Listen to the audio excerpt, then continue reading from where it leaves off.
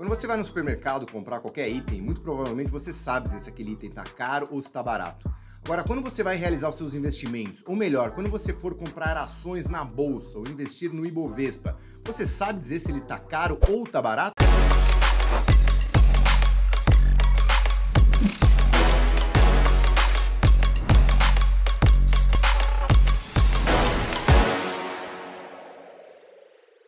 Então, antes de entrar no nosso assunto de hoje, não se esqueça de se inscrever no canal e ativar as notificações para receber os nossos avisos. Para a gente poder analisar se a bolsa está cara ou se está barata, a gente primeiro tem que entender qual que é a referência que a gente vai utilizar. Aqui vamos utilizar o Ibovespa. Então, para quem não sabe, o Ibovespa ele é como se fosse uma carteira de ações, com as principais empresas que compõem o mercado brasileiro de ações, as mais líquidas e maiores empresas que são negociadas na bolsa. Existem diversas formas para você poder apurar se a bolsa está cara ou se está barata, mas nesse vídeo aqui vamos falar de principalmente duas delas. Na primeira, vamos usar o indicador preço-lucro. Então, para quem não sabe, o indicador preço-lucro é quando você pega o preço de uma determinada ação ou do Ibovespa mesmo, com qual numeração ele está sendo negociado naquele momento, dividido pelo lucro daquela empresa.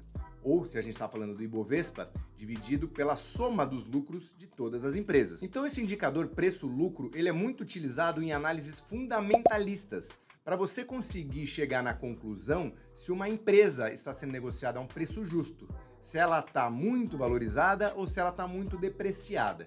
Então, dito isso, independente do patamar da bolsa, se está acima de 100 mil pontos ou abaixo de 100 mil pontos, a gente tem que olhar como é que está o lucro das empresas que compõem o mercado brasileiro. Então existe um gráfico de histórico, que eu vou colocar aqui no vídeo para vocês, onde a gente consegue ver como é que está essa relação.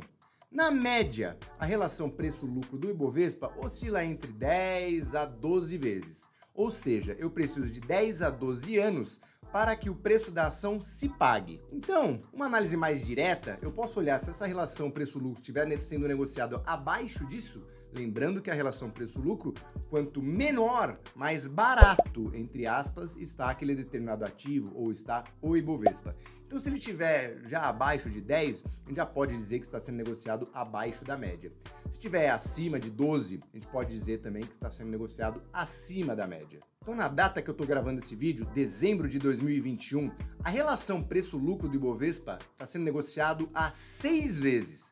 Veja, nesses patamares, a bolsa só negociou na crise de 2008 e também em 2002, quando a gente teve a eleição do Lula pela primeira vez. Então, historicamente, usando esse indicador, a gente pode concluir que a bolsa está barata, mas ela é apenas uma análise mais fria, mais direta, tá? Isso aqui não se trata de uma recomendação de compra, mas é somente uma das ferramentas que a gente pode utilizar para avaliar se é um bom momento para entrar na bolsa ou não.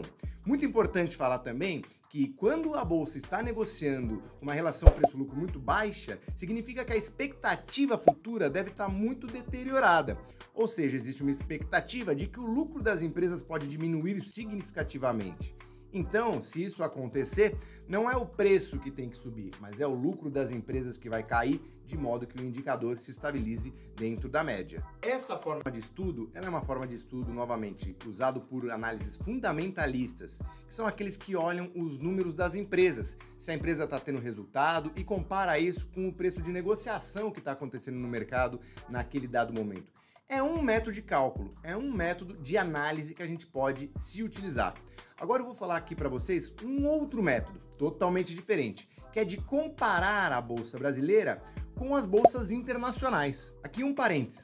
Para a gente poder comparar a bolsa brasileira com as bolsas internacionais, eu tenho que usar o EWZ, que é um ETF negociado na bolsa dos Estados Unidos. Por que eu tenho que usar esse ativo? Porque esse ativo ele já está dolarizado. Então ele é como se fosse a variação do Ibovespa menos a variação do dólar. Então, a variação do dólar acaba impactando diretamente no preço desse ativo. Eu tenho que fazer dessa forma, porque como eu vou comparar com outras bolsas que estão em dólar, eu tenho que colocar na mesma moeda. Então, por isso, não é muito usual a gente poder comparar diretamente Ibovespa com Nasdaq, por exemplo. Eu tenho que usar o EWZ ou algum índice dolarizado que faça esse efeito cambial. Usando este indicador, no atual momento, a Bolsa Brasileira também está muito mais depreciada do que parece. Porque a gente teve também o dólar subindo bastante. Então, quando eu olho o EWZ, isso faz com que o ativo caia, né? Então ele tem uma desvalorização conforme a subida do dólar. O primeiro índice que eu posso comparar, que é o que mais vai ter a ver, é o MSCI, Emerging Markets. Esse índice, ele faz uma junção de várias bolsas de mercados emergentes, que são nossos pares, né? O Brasil é um mercado emergente. Então, em tese, deve ter alguma correlação com como é o desempenho de cada uma dessas bolsas. Se eu for comparar como é que está esse índice, que é simplesmente uma média dos mercados emergentes, a gente vai ver que a gente está bastante descolado no sentido negativo, ou seja, a Bolsa Brasileira performou muito pior do que a média dos mercados emergentes. Então, de novo, isso pode indicar que a gente está descontado, que é uma oportunidade, mas também, obviamente, pode demonstrar que existem expectativas bastante deterioradas quanto ao nosso futuro. Um outro índice que a gente pode comparar, mas que aí é até injusto, ganha de lavada, é o S&P 500, que é o índice norte-americano, o principal índice norte-americano, as 500 maiores empresas dos Estados Unidos.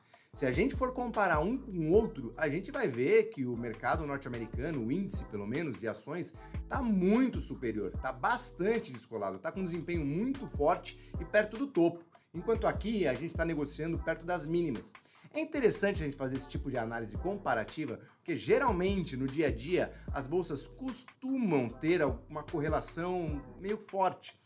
Muito difícil você ver a bolsa lá fora caindo 3% e a gente aqui conseguindo ter um dia de alta. Muito provavelmente, se ela está caindo 3%, aqui a gente vai estar caindo entre 2%, até às vezes mais, 5% pelo menos.